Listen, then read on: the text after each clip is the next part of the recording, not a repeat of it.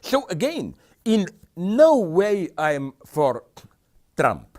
He personifies what I was talking about, this disintegration of public values, of public manners. This obscene situation where you can talk about whatever you want. Again, things which years ago were unthinkable as part of a public debate are now normalized.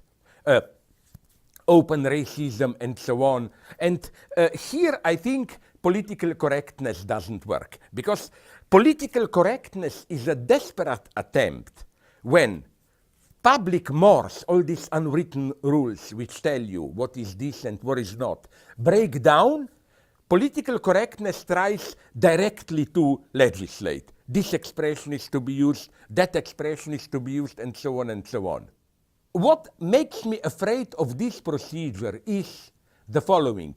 Do you remember how 2 years ago, or even 3, 4, sorry, when all this debate about torture begins, boarding, waterboarding, and so on,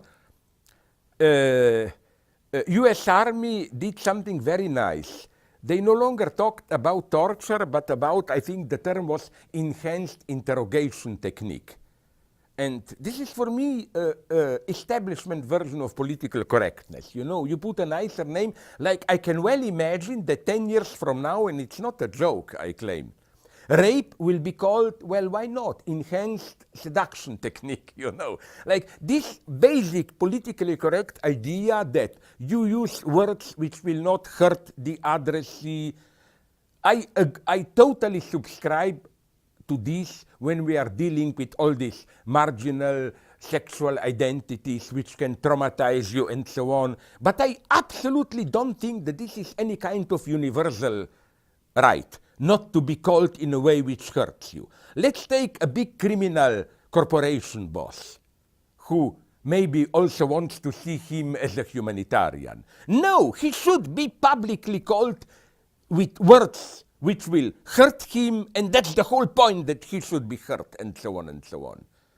So again, I don't like this narcissistic idea of, you know, the ultimate horizon is, do you feel hurt, are you wounded or not, and so on and so on. I mean, this is a very ambiguous topic. Of course, you can in this way defend gay rights, the exclusion of LGBT people, and so on. But then, what would prevent